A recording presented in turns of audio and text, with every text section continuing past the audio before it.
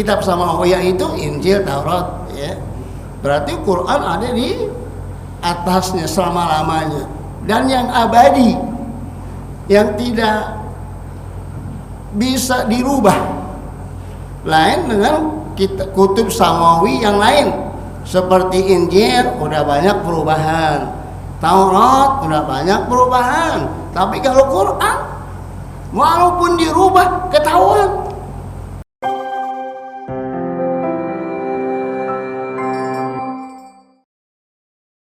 Dengan izin Allah kita bisa hadir kembali di majlis kita ini. Mudah-mudahan niat dan amal kita diterima oleh Allah SWT. Amin. Halaman 185, Al-Balaghatu. Dari segi keindahan bahasa Arab, yang pertama Allah mengatakan nazzala alaikal kitaba, ya. Akbara atau ubira, diungkapkan, anil Qur'ani, untuk menyebut Al-Quran, tapi diungkapkannya dengan Alkitab. Nazzala alaikal kitaba, maksudnya nazzala alaikal Qur'ana, Al-Quran, tapi Allah ungkapkan dengan kata-kata Alkitab. Allah tidak mengatakan nazzala alaikal Qur'ana, tapi Allah mengatakan nazzala alaikal kitaba. Alladzi huwa ismu jinsin. Alkitab itu nama satu jenis, ya. Nama, ya, Alkitab. Mengapa Allah menggunakan maksud Quran tapi digunakan kata-kata Alkitabah?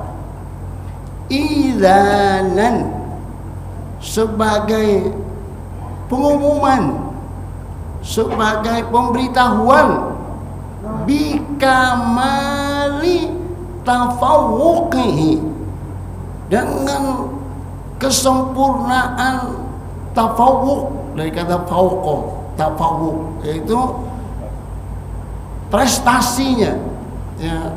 Kayak umpamanya pelajar nilainya tinggi, namanya itu tafawuq, dari kata fauqa, tafawuq, ya. Jadi Quran itu menunjukkan kesempurnaan yang sangat tinggi ala baqiyatil kutubi, dibandingkan dengan kitab-kitab Allah yang lainnya, ya, seperti Taurat, ya, Injil, ya, dan kitab-kitab lain.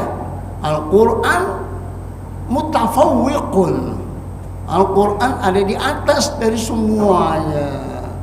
Maka Allah menggunakan kata-kata Alkitab untuk pemberitahuan kepada semua yang membaca bahwa Al-Quran itu sangat sempurna, bikamali tafawuqi, ketinggian Al-Quran sangat sempurna dibandingkan dengan kitab-kitab Allah yang lainnya,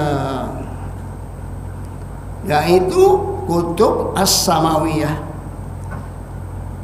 Ka'annahu, seakan-akan Al-Quran itu huwal haqiqu, dialah hakikat yang sebenarnya, bi'ayut laqo, untuk disebutkan alaihi, terhadap Al-Quran itu ismul kitabi, nama dari satu Alkitab. Jadi betul-betul nama Alkitab itu adalah Al-Quran, ya. Itu dari segi balaghahnya, ya. Jelas kan? Jadi Allah menggunakan kata-kata Alkitab, nazzala alaikal kitaba. Alkitab ini maksudnya Al-Quran, tapi Allah tidak menggunakan nazzala alaikal Qur'ana, enggak.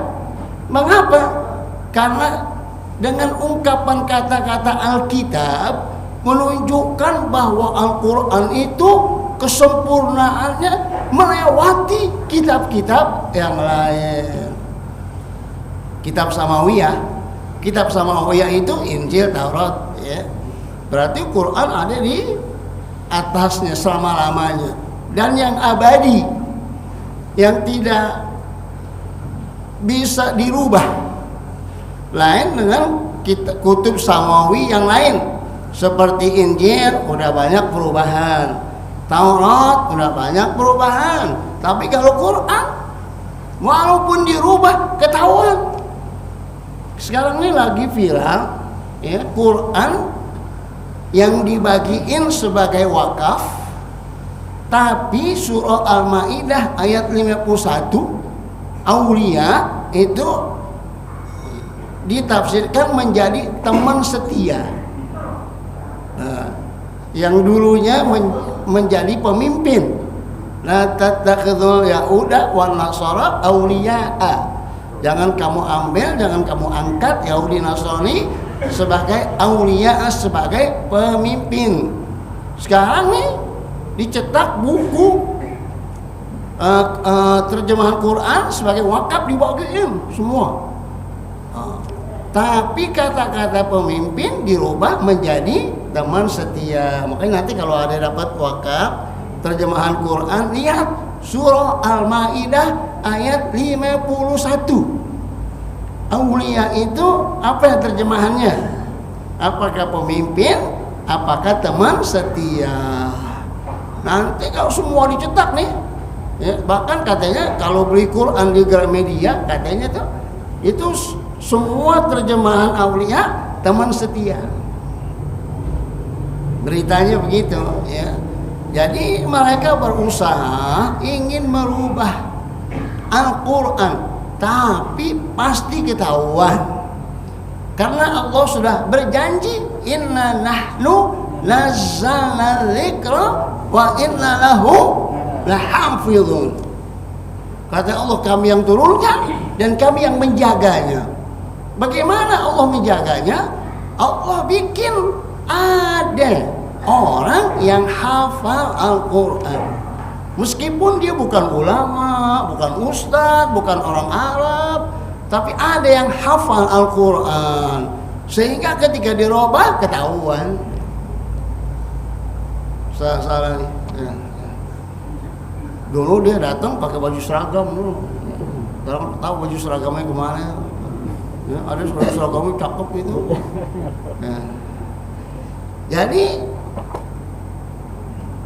yang namanya merubah Al-Quran terus akan ada usaha. Maka di Saudi itu, kalau kita pergi ke Saudi lihat percetakan Al-Quran itu ada di atas gunung dan dijaga ketat, nggak bisa orang masuk sembarangan. Untuk apa? Untuk menjaga jangan sampai ada penyusup yang merubah cetakan Al-Quran.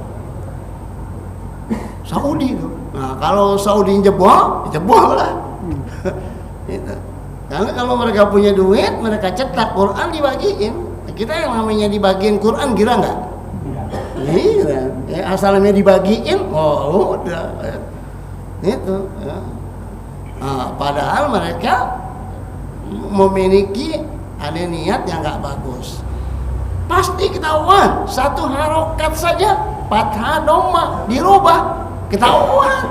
Kalau orang hafal Quran, ya berubah baris saja udah nggak enak didengarnya, kupingnya lah. Ini kayaknya ada yang berubah nih, begitu. Ya namanya hafalan Quran susah. Ntar datang, ntar pergi, ntar hilang. Udah hafal banget, hilang. Lagi diperluin, hilang. Ntar datang aja lagi lah. Namanya hafalan. Ya. Hafalan begitu. Ya. Kita lagi stres dikit, lupa. Ntar masuk aja lagi. Quran itu paling sulit, Masya Allah, paling sulit dah. Ya. Jadi yang hafal Quran itu dia lupa. Tapi kalau nggak hafal, nggak lupa. Jadi kalau pengen nggak lupa, jangan hafal, nggak bakal lupa. Gitu. Iya. Kalau nggak hafal, lupa nggak?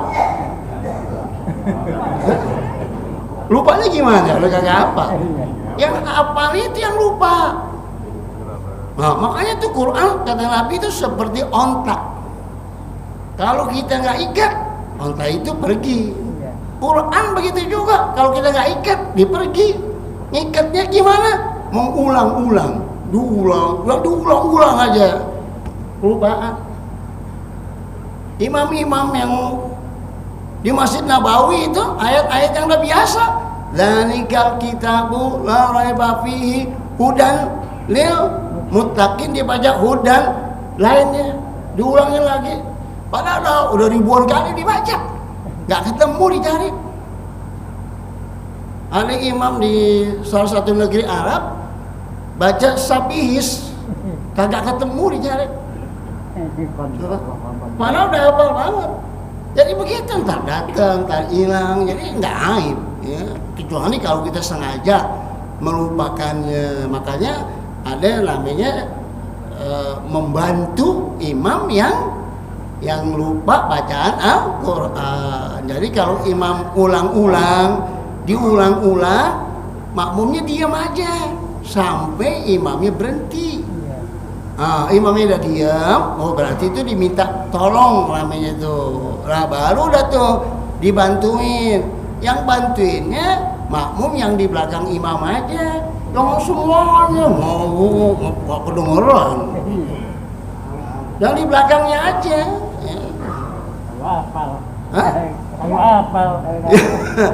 supaya nggak rancu begitu. Tapi kalau imam masih mengulang-ulang, jangan dibantuin. Karena apa? Karena kan dia nyamber diulang lagi, nggak nyamber diulang lagi, nggak nyamber diulang lagi, nyamber. Gitu. Itu apaan? Ya. Kalau kita hafal Quran sambil mikirin, hilang tuh hafalan. Jadi baca aja lepas. Nggak usah pakai dipikirin. Biar mulut aja ngomong lah, gitu yang ngucapin. Kalau dipikirin, malah jadi nggak nyambung, lupa. Biasa begitu, makanya sulit dah. Ya. Coba andai kata udah hafal Quran nggak lupa-lupa, kira-kira masih dibaca nggak tuh Quran? Kagak. Yang baca aja masih begitu, ya, masih lupa. Dari zaman Nabi, sahabat-sahabat kelupaan, itu diingetin gitu, ya. Jadi nggak aib. Ya. Tapi kalau yang kagak mau lupa, nggak usah hafal. Aman dah, ya, nggak bakal lupa. Ya, tapi kalau khawatir lupa, ya gimana? Harusnya apa? Kalau ditakut lupa, ya dikagak mau ngapalin. Risikonya begitu. Sekarang kita udah kenal, terus kita lupa. Kalau kita nggak kenal, lupa nggak? Kita nggak kenal orang, kita lupa nggak? Nggak lupa, orang kita nggak kenal. Ya udah kita kenal, kita ingat, kita lupa siapa ini namanya. Ada sih di sini nih, cuman nggak naik gitu, ya. Nyangkut itu. Ada nggak? Suka begitu kan perasaan kan? Itu manusia begitu, ntar otaknya namanya otak kan, saraf, jutaan saraf gitu. Nah jadi begitulah Al-Quran itu mereka berusaha untuk merubahnya, tapi nggak mungkin. Dan terus mereka akan berusaha untuk merubah Al-Quran, dan terus akan ada yang membelanya. Maka kitab-kitab lain sekarang nggak wajib lagi kita percaya. Taurat, Injil yang sekarang ini sudah banyak perubahan. Tapi kalau Al-Quran nggak ada. Dari zaman turunnya zaman Nabi sampai sekarang nggak ada perubahan. Bilisanin Arabiyyin mubin, dengan pakai bahasa Arab sampai sekarang. Makanya mereka memusuhi bahasa Arab itu, yang mereka maksud itu Al-Quran. Jadi kalau kita sudah nggak belajar bahasa Arab, akhirnya kita terputus dengan Quran. Itu bukan mereka sengaja supaya jangan mempelajari bahasa Arab, supaya kita putus dengan Al-Quran. Tapi kalau umat Islam masih dengan Al-Quran, nggak bisa dikalahin. Itu karena semua Quran sumbernya, semua ilmu ada di Al-Quran. Bagaimana cara mutusin umat Islam dengan Quran? Hancurkan bahasa Arab atau menulisnya pakai bahasa Latin. Itu makanya kalau beli Quran jangan yang pakai bahasa Latin. Kan ada juz amma kan? Pakai Latin juga, pakai Arab juga, pakai terjemahan juga. Lebih parah, bahaya bahasa Latin. Kan jauh nggak ada huruf-huruf kayak zo. Huruf Arabnya bagaimana? Zo. Lai. Huruf Arabnya gimana? Nggak ada. Ya. Jadi jangan beli tuh. Kalau Yasin, Quran terus nggak ada kan? Kalau Arwahan dibagiin Quran ada tulisan pakai bahasa Indonesia, nggak usah. Yang bahasa Arab aja langsung, ame terjemahannya begitu. Itu kalau dipakai tulis bahasa Latin, jadi kacau semuanya. Apalagi yang belajarnya belum pernah baca Quran, berantakan. Kecuali kalau udah hafal Quran, dia bisa tuh baca Latin. Tapi kalau sama sekali belum bisa, malah jadi makin jauh. Maka kalau mau langsung pakai bahasa Arab. Itu ya. Jadi memang mereka itu usahanya cerdik dan mereka sabar. Dan untuk jangka panjang 50 tahun lagi, 100 tahun lagi akan habis orang mempelajari bahasa Arab gitu. Nah sekarang disuruh pelajari bahasa selain Arab, supaya bahasa Arab jangan, itu bahasa kadrun katanya itu, kadal gurun katanya. Sehingga orang jadi pada malu belajar bahasa Arab. Justru kita harus bangga. Dulu waktu Gus Dur jadi presiden, alumni Timur Tengah diundang untuk ketemu di istana. Nah termasuk saya ikut juga satu bis, jadi naik bis bersama Kebra Khaidir, bersama ulama-ulama lah, ulama dari Timur Tengah, Irfan Zidni, Muntir Tamam, ingat kan tuh namanya itu ulama-ulama teman-teman dari Mesir.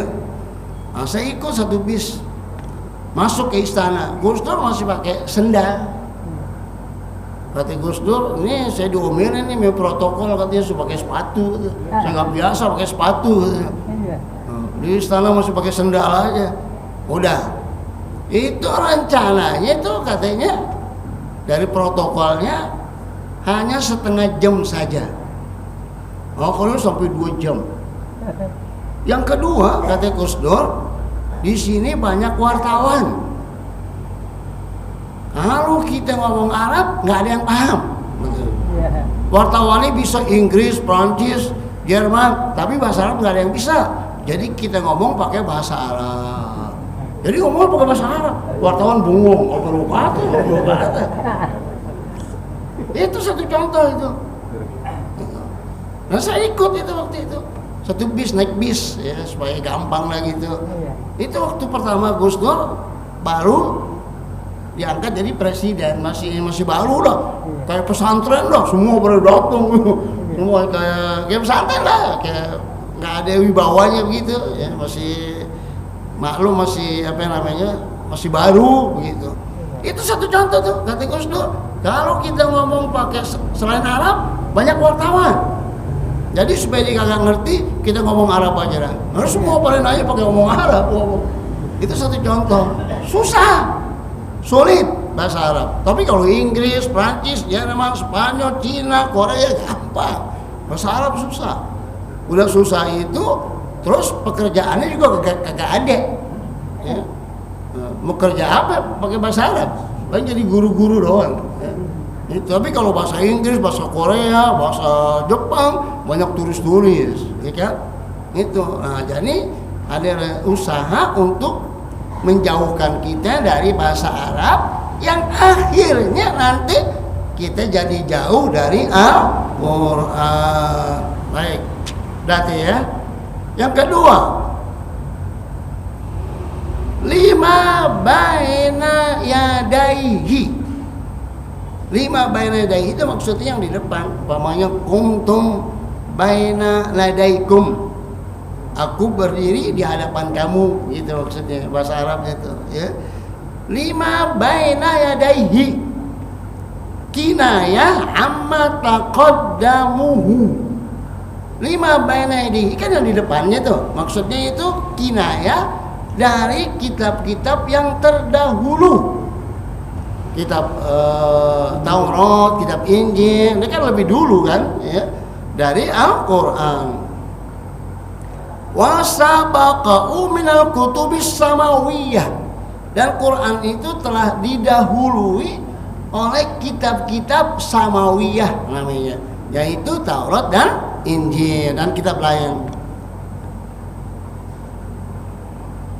Fasummiya ma madha, maka dinamakanlah kitab-kitab yang telah lalu, Taurat, Injil, baina yadaihi, baina yadaihi yang ada di depan Al-Qur'an. Tapi maksudnya kalau di depan kan berarti lebih dulu kan? Berarti bahwa Taurat, Injil sudah ada lebih dahulu daripada Al-Qur'an. Maka diungkapkan lima baina yadaihi yang ada di depan Al-Qur'an. Li ghayati zuhurihi wastiharihi. Li ghayat tujuannya karena sangat jelasnya dan sangat masyhurnya itu Al-Qur'an, sehingga Al-Qur'an ada di depannya. Paham enggak tuh? Mengapa Allah mengatakan lima baina yadaihi, apa yang ada di depan Al-Qur'an? Berarti Quran sangat masyhur, ya, sangat terkenal, sangat tinggi derajatnya dibandingkan dengan kitab-kitab samawiyah yang lainnya. Dan kitab-kitab itu udah habis dan nggak wajib kita percaya. Yang abadi Al-Qur'an, dan kita harus berpegang terus kepada Al-Qur'an. Dan itu mukjizat Nabi terbesar kedua sesudah Isra Mi'raj. Ya. Maksudnya jadi Isra Mi'raj itu mukjizat, Al-Qur'an juga mukjizat. Jadi Al-Qur'an itu mukjizat terbesar Rasulullah SAW yang abadi. Mukjizat Rasul-Rasul semuanya dah hilang, dan itu pada zamannya saja. Sesudah Quran, mukjizat keduanya yaitu Isra Mi'raj, yaitu yang abadi. Itu namanya mukjizat Nabi Muhammad SAW abadi. Kalau mukjizat Ibrahim udah selesai, dan itu pada zamannya doang. Mukjizat Nabi Isa udah selesai, dan pada zamannya doang. Tapi kalau mukjizat Rasulullah sampai akhir zaman, dan untuk semuanya Al-Qur'an, ya. Jadi kita ini umat Islam harus berpegang teguh kepada Al-Qur'an. Yang ketiga, wa anzalal furqana. Allah menyebut Al-Furqan. Tadi Allah menyebut Alkitab, ya, untuk mengungkapkan Al-Qur'an. Sekarang untuk mengungkapkan Al-Qur'an Allah menggunakan Al-Furqan. Wa anzalal furqana, maksudnya wa anzalal Qur'ana.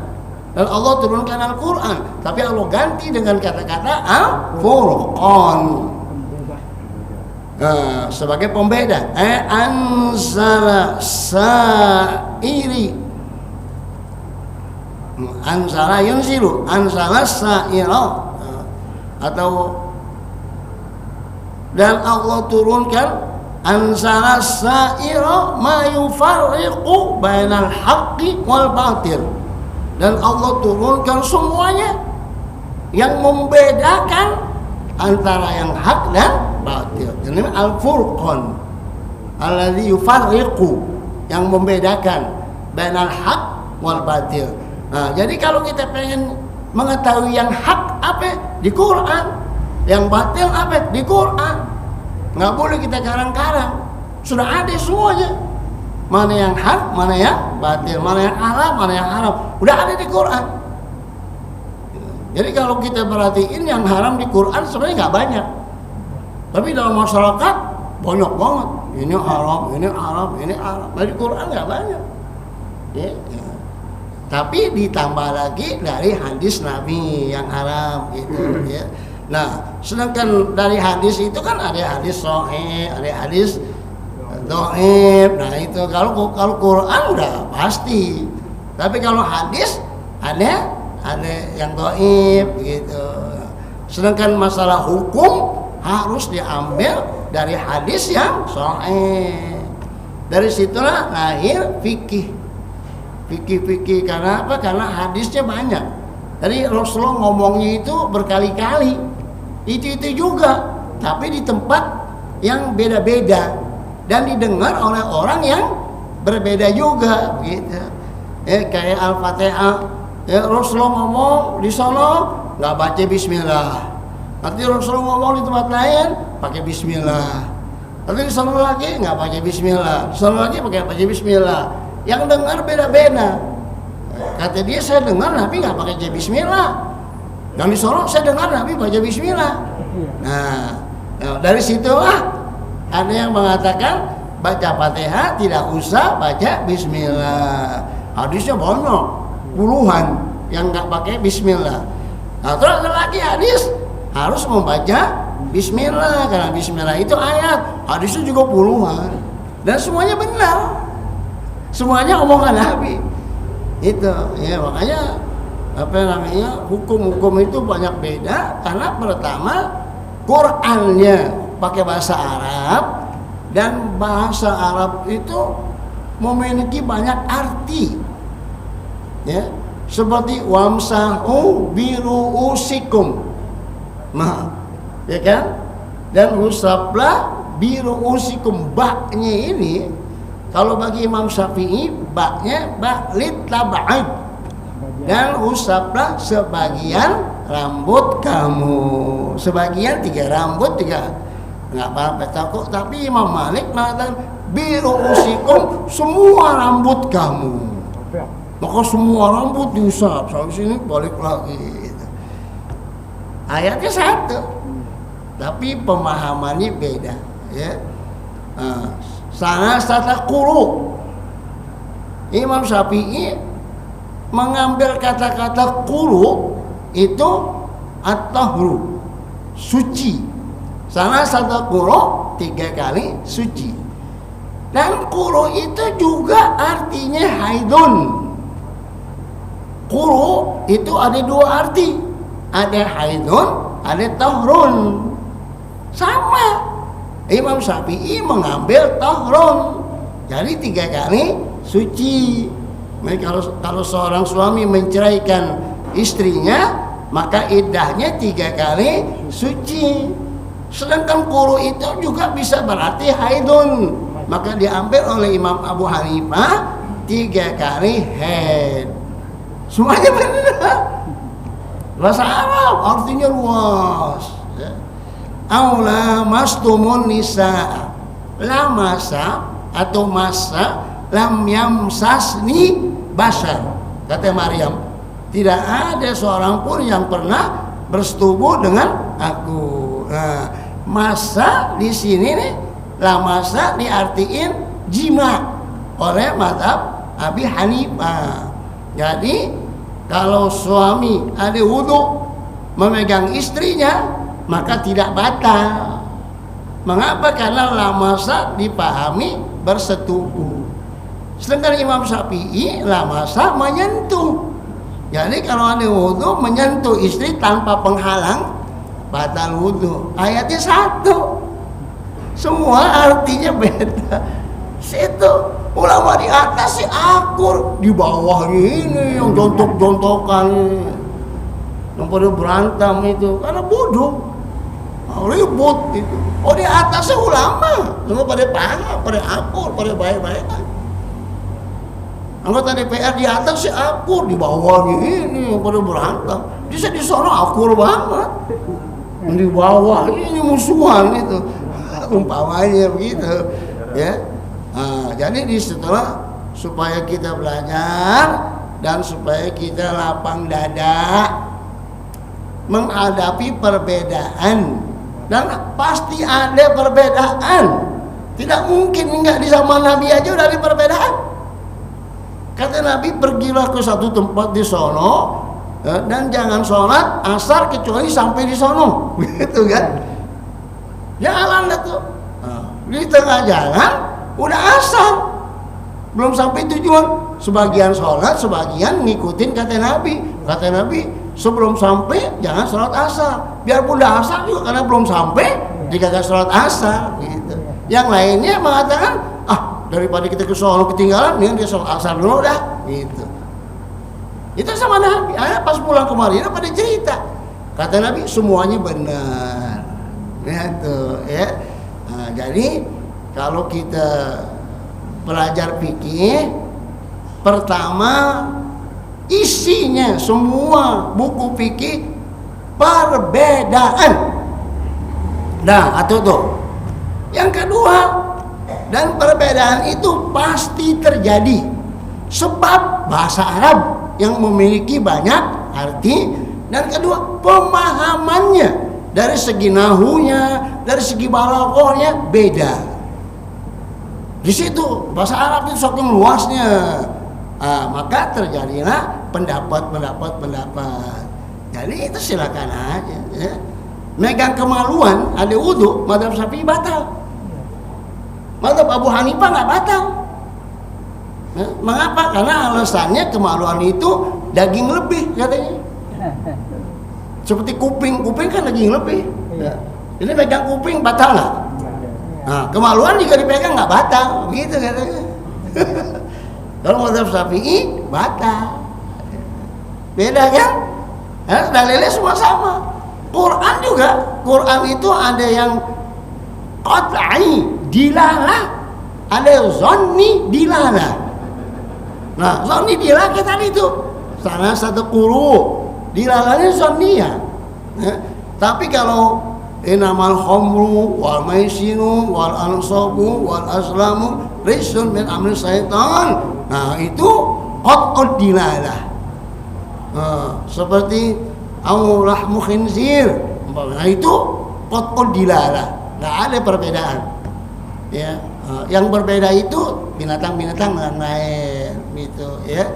Jadi itulah saking luasnya balaghah bahasa Arab sehingga pemahamannya jadi berbeda. Baik. Mengapa Allah menggunakan Al-Qur'an dengan kata-kata Al-Furqan? Wa anzalal furqana, yang artinya sebagai pembeda. Jadi Quran datang untuk menjadi pembeda, mana yang hak, mana yang batil. Karena Quran menjadi pembeda, maka kita ngikutin yang hak itu dari Quran, yang batil itu dari Quran. Apa kata Quran? Sami'na wa ata'na. Adapun penafsiran lain lagi dah. Kayak tadi itu aulia. Memang aulia itu banyak penafsiran ya. Kan ada doa tuh, wala tuwallina waliyan siwaka. Dari kata wilayah, dari kata wali. Wali wilayah kan penguasa ya, yang berkuasa. Wali nikah, dia yang berkuasa ya. Wali murid, siapa wali murid? Yang berkuasa, bapaknya, abangnya, pokoknya yang berkuasa. Wali kota umpamanya, ya kan? Jadi dia pemimpin kota itu, wali kota Jakarta Selatan, dia yang memimpin itu walinya, gitu. Wali, aulia'ah jadi pemimpin, gitu, bukan teman dekat. Jadi aulia'ah, jadi jangan kamu ambil Yahud Nasrani menjadi pemimpin. Nah, dirubah menjadi teman dekat. Berarti wali kota teman dekat jadinya itu. Ya. Wali murid teman dekat. Ya. Mengapa? Saking takutnya mereka Yahudi Nasrani tidak dipilih oleh umat Islam. Karena kalau diartiin, janganlah kamu angkat pemimpin dari Yahudi dan Nasrani. Nanti giliran kampanye orang pada kagak pilih kan? Yang milihnya umat Islam begitu. Padahal umat Islamnya kagak tahu aja. Gitu. Yang penting duit, kasih duit gue pilih lah lo. Gitu. Makanya dibikin kita susah, dibikin kita miskin, dibikin semua pada mahal, pada naik-naik, semua duit nggak punya, semua mahal. Beli bensin naik malah ngantri makin panjang. Kan aneh itu. bensinnya naik tapi ngantrinya makin panjang. Apalagi pertalite, udah nggak bakal lah, bisa 2 jam kita dapat itu giliran itu. Kalau pertama kosongan dikit pertama ya. Soalnya saya beli tuh di depan Masjid 5 tuh. Iya, ujung. Iya. Pulang hampir jam 10:30 apa ya? Kita masuk, pertalite hampir mau ke jalanan. Kita bingung kemana ya dia, begini. Tahu-tahu ada orang lewatin aneh, seret. Di situ dia. Oh ini pertama, ikut aja. Berdua doang. Berdua doang beli pertama. Pertalite, Masya Allah. Kalau kita ngantri itu bisa jam 12 baru selesai itu. Karena bedanya terlalu jauh. 10.000 sama 14.000. 4.000 bedanya. Kalau full tank 5 liter kan 25.000. Kalau umpamanya dibeli pertalite kan untung 25.000 kan. Bisa ngopi, bisa ngetel, makan nasi goreng lagi ya. Banyak lah. Tapi kalau pertama habis begitu. Itu ya, jadi disengajain dibikin kita miskin. Ntar dikasih duit nih, kalau kasih duit pilih gue siap gitu. Penting duitnya. Sedangkan yang lainnya umat Islam ngasihnya cuman mungkena almanak gitu, tanggalan selembar doang. Butuh dia mulu, pijak aja mendingan. Sementara yang lain duit 300, 500. Oh satu keluarga 10 orang 500, 5 juta. Bisa ke puncak lah, nginep di villa itu.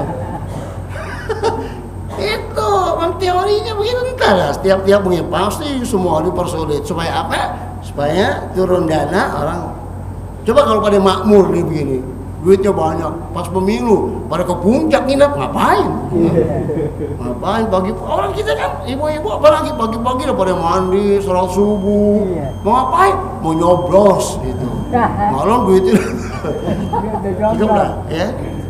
Ya sampai wa anzalal furqan.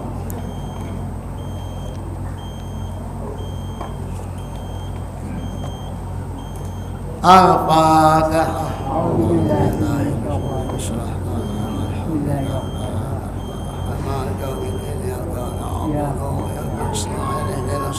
المستقيم صراط الذين أنعمت عليهم غير المغضوب عليهم ولا الضالين آمين. بسم الله الرحمن الرحيم الحمد لله رب العالمين الحمد لله رب العالمين وكافه ومسيره اللهم صل على سيدنا محمد وعلى آل سيدنا محمد اللهم أغننا بالعلم وسهلنا بالحلم وأكرمنا بالتقوى وجملنا بالعافية ربنا آتنا في الدنيا حسنة وفي الآخرة حسنة وقنا عذاب النار وصلى الله على سيدنا محمد وعلى آله وصحبه وسلم سبحان ربك رب العزة عما يصفون وسلام على المرسلين والحمد لله رب العالمين. Waalaikumsalam warahmatullahi wabarakatuh.